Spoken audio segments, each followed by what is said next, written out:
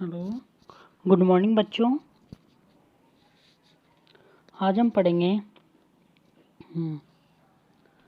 Harmful effect of armature reaction on man field flux. Armature reaction का man field flux पे क्या effect होता है, क्या हार्मफुल इफेक्ट होता है, ये पढ़ेंगे। देखो, सबसे पहले बेटा हम देखते हैं distortion of main field flux give rise to increase in iron losses, poor commutation and sparking. देखो बेटा, क्या होता है, जो भी फील्ड फ्लक्स होता है वो आर्मेचर रिएक्शन के कारण क्या होता है, उसका डिस्टोर्शन होता है। बताया था मैंने आपको, क्रॉस मैग्नेटाइजिंग, डीमैग्नेटाइजिंग इफेक्ट होगा, उन सब के कारण क्या होगा, आर्मेचर फ्लक्स डिस्टोर्ट होगा हमारा। तो डिस्टोर्शन होगा मेन फील्ड फ्लक्स का, तो क्या होगा बेटा, उसके इफेक्ट क्या होंगे। सबसे पहली चीज़, आयरन लॉस इंक्रीज हो जाएंगे। सेकंड पॉइंट, पुअर कम्यूटेशन हो जाएगा। अगर पुअर कम्यूटेशन हो जाएगा तो ब्रशेस पे क्या होगा बेटा, स्पार्किंग होगी। तो ये तीनों चीज़ें होती हैं। मेन फील्ड फ्लक्स डिस्टोर्ट होने के कारण आयरन लॉस इंक्रीज हो जाएंगे, फर्स्ट पॉइंट। दूसरा पॉइंट, पुअर कम्यूटेशन हो जाएगा, और पुअर कम्यूटेशन हो जाएगा तो क्या होगा बेटा, ब्रशों पे स्पार्किंग होगी। इसके बाद हम देखते हैं कि this reduction of main field flux in order to compensate for this field flux reduction, जो भी मैन फील्ड फ्लक्स में रिडक्शन होता है आर्मेचर रिएक्शन के कारण, उस फील्ड फ्लक्स रिडक्शन को कंपनसेट करने के लिए बेटा हमें क्या करना पड़ेगा।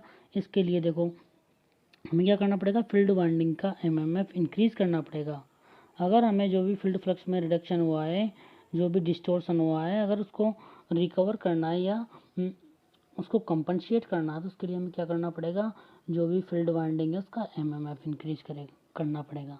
देखो, एमएमएफ इक्वल टू क्या होता है, MMF equal to N into I होता है।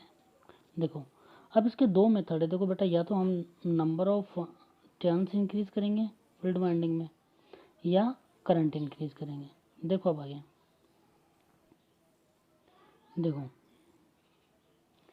तो देखो सबसे पहले हमने क्या बोला था कि फील्ड वाइंडिंग को कंपनसेट करने के लिए जो रिडक्शन हुआ है फील्ड फ्लक्स में, उसको रिडक्शन करने के लिए क्या करेंगे, एमएमएफ इंक्रीज करेंगे। एमएमएफ मतलब एन इंटू आई।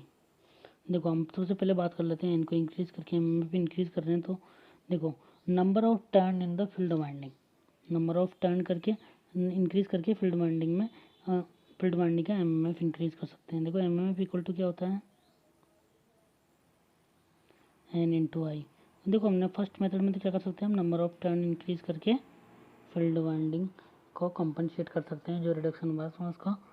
और दूसरा पॉइंट, करंट इंक्रीज करके एमएफ इक्वल टू एन, या तो एन इंक्रीज करना है या आई इंक्रीज करना है। तो देखो, आई इंक्रीज करने के लिए क्या करना पड़ेगा, आई इंक्रीज करने के लिए क्या करना पड़ेगा,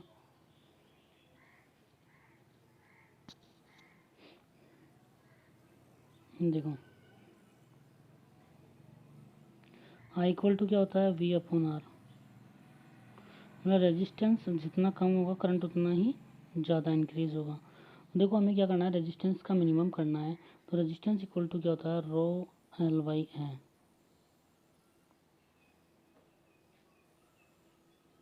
देखो, रेजिस्टेंस इक्वल टू क्या होता है, R equal to rho L by A. ये क्या है, यहाँ पे एरिया।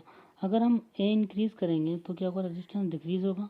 इसका मतलब क्या है बेटा, हमें थिक वायर यूज़ करना पड़ेगा, जो फील्ड वाइंडिंग के लिए वायर यूज़ करेंगे।